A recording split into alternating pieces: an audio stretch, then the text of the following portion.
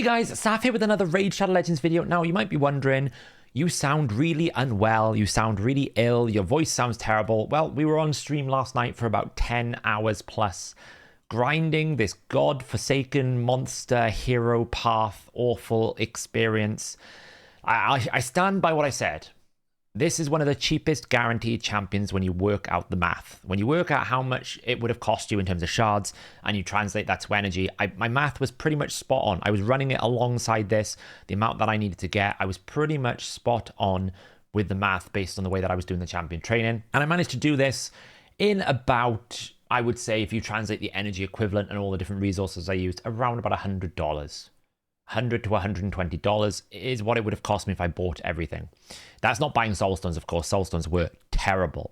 Now, I actually think getting the champion was pretty okay, I would say. I mean, it's still a grind.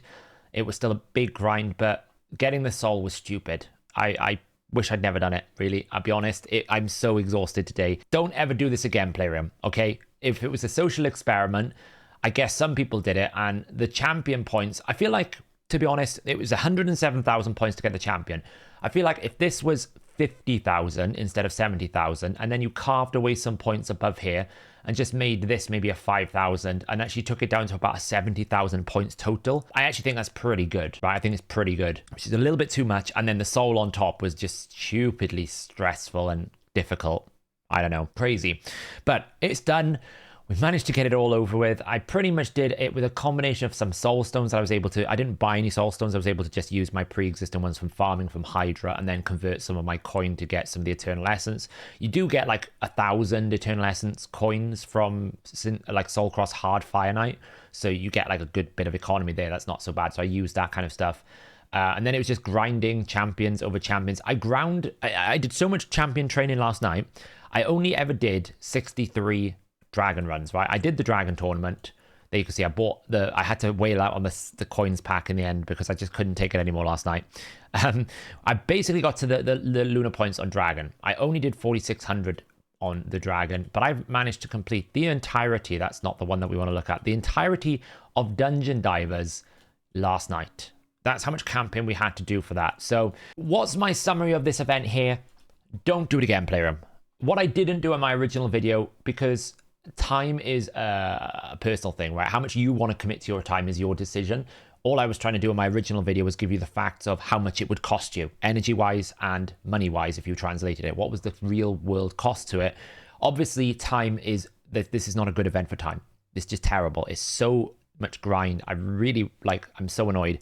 But that's not the main topic of this video. I just wanted to clarify that I got the champion. The main topic of this video is Alatreon A1 is not doing what the description says. It's very, very misleading, but I actually think this is either a fundamental bug in this particular champion or the way that these partial commitment of abilities, so like these chance-based abilities on the A1 that do things for all allies, the way that it's coded is fundamentally wrong. And I'm going to explain what is happening right now. So his Foresight Slash attacks one enemy, has a 40% chance of increasing the duration of 2 random buffs on all allies by 1 turn. That increases up to a 55% chance. So when we're reading this, we're feeling like, right, you're going to attack, you're going to roll the dice. If you hit positive, then 2 buffs on all my allies are going to increase their duration by 1 turn. Like, that's what we read that as. Pretty fair assessment. Now, let me take you into Doomtown. I'll show you what's happening, because that is not what is happening here. Right, we're on the A1 here. So I've got all these buffs available. So if I roll successfully, I would expect all of the buffs on all of the allies, like 2 of them. Like 2 buffs are chosen from each ally, and it's increased by 1 turn. But what is actually happening is this. 3 got increased, but Pythian did not. So that made me question, well, why is that happening? Because the skill quite clearly says you have a 55% chance, if you book it, to increase 2 random buffs on all allies. So I checked the code, and what is actually happening is he has 2 effects. He has a damage effect, the attack that he does, and then he has a unassociated, disconnected, just separate on its own, separate effect, which has a 55% chance of targeting all allies, and then increasing 2 random buffs on those allies. So what it's actually doing is, because in the game, the way that the game is coded, nothing is truly AoE, right? You might be attacking all enemies, but you're still attacking in sequence based on team order. So for example, when miscreated monster attacks my team here, it's going to attack Arbiter, then it's going to attack the next one, then the next one, then the next one, then the next one. It's going to do individual attacks on its effect, but it's going to do it in one turn. So the way that this effect is coded is when he is doing his A1, he's targeting all allies, AoE, but then the chance is rolling on each ally individually as it processes the effect. So it'll go to Arbiter, roll the dice, did it work? No. Okay, roll the dice on Lissandra, it worked. Okay, pick 2 buffs, roll the dice on Morrigan. So actually, the correct description for this ability shouldn't be what it is right now, if that is the intended function. What it should actually say is, attacks one enemy, has a 40% chance of increasing the duration of 2 random buffs on all allies by 1 turn. This chance is individual to each champion. It needs to clarify in this description that it is not one roll for all allies, or they need to recode the effect. Now, what I would suggest is this description suggests that it's coded wrong, because what you should have is you should have a damage effect. I hit someone. And then you should have a corresponding effect that if I hit someone and I don't weak hit, then I will apply a roll. I roll the dice. And then once that roll effect is completed successfully, then it activates an AoE 100% chance to do something. This is how Polymorph works, right? Polymorph is a debuff. Polymorph has a chance of placing sheep on a target. So what Polymorph is coded as is an effect which can apply a debuff. So the chance is tied to the effect, not the debuff itself. Whereas in this instance, what they've done is they've coded the effect of increasing the duration and the chance together. There needs to be a third effect that sits in between that kind of rolls the dice. If we want to make it happen where it says, whenever I attack, I increase the duration of all buffs on all, I increase 2 random buffs on all allies.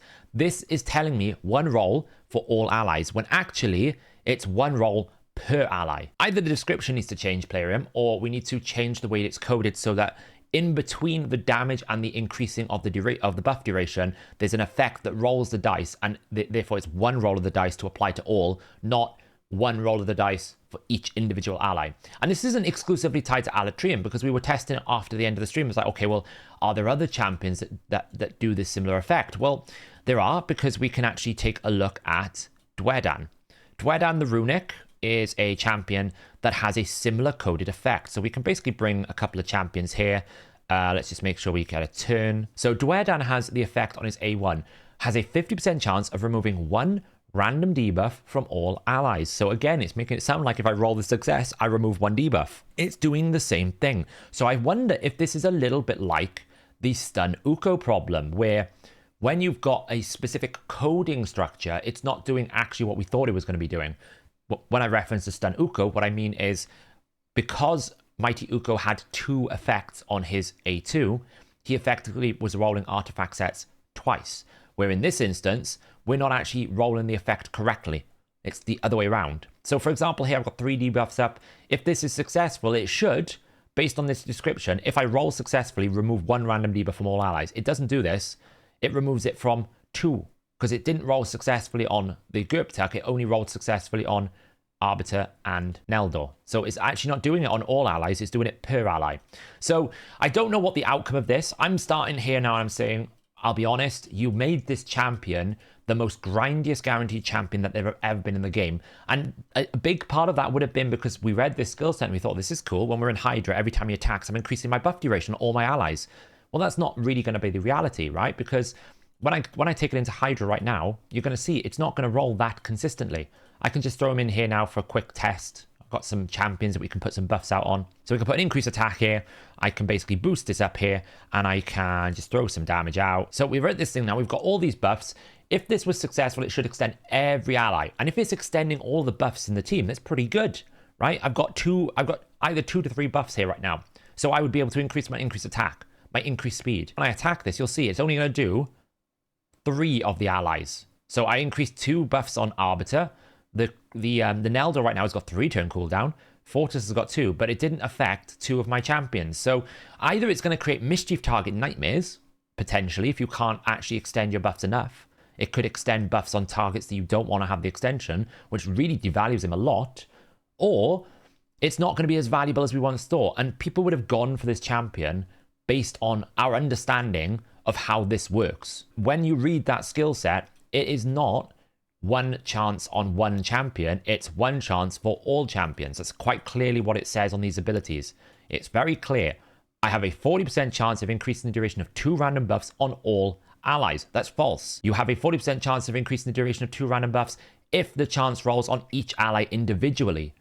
That's the correct assessment here. So I'm hoping Plarium will come in and actually change the way that it works rather than just change the description, because I actually think a lot of people will be very frustrated if they've just spent all of their time and energy this last week, and this fundamentally causes problems for them. It's already going to be pretty difficult in Clan Boss, for example, where you're just going to extend random buffs.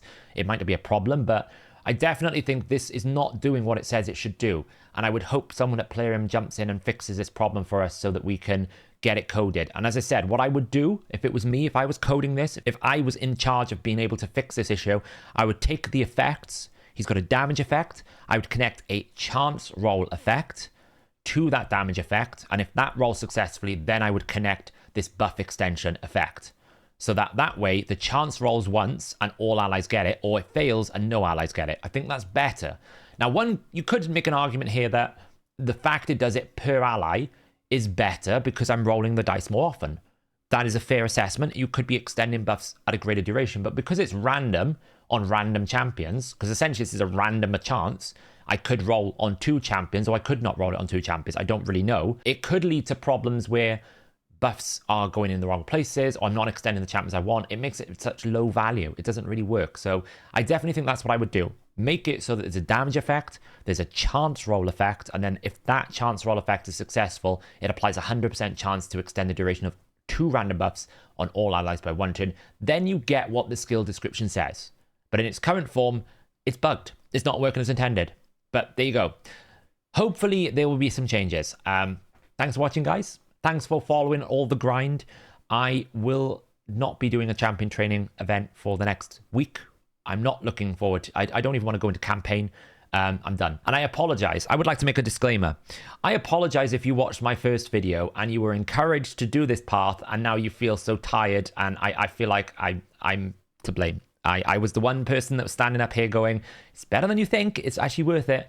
But at least if you did get the champion, you've got yourself an exclusive champion. So as much as it was a grind, that is the reality. So guys, there you go. Hopefully we get a fix to this A1, but it is not working as the skills described. And I think it's actually a bigger problem across the game that we just haven't been aware of. And I think Plarium should jump in and fix it. Let me know, guys, what you prefer. Do you prefer it in the way that it is currently working right now, where it's 1 chance per ally? Or do you think it should be AoE like I've suggested? And I'll catch you in the next video.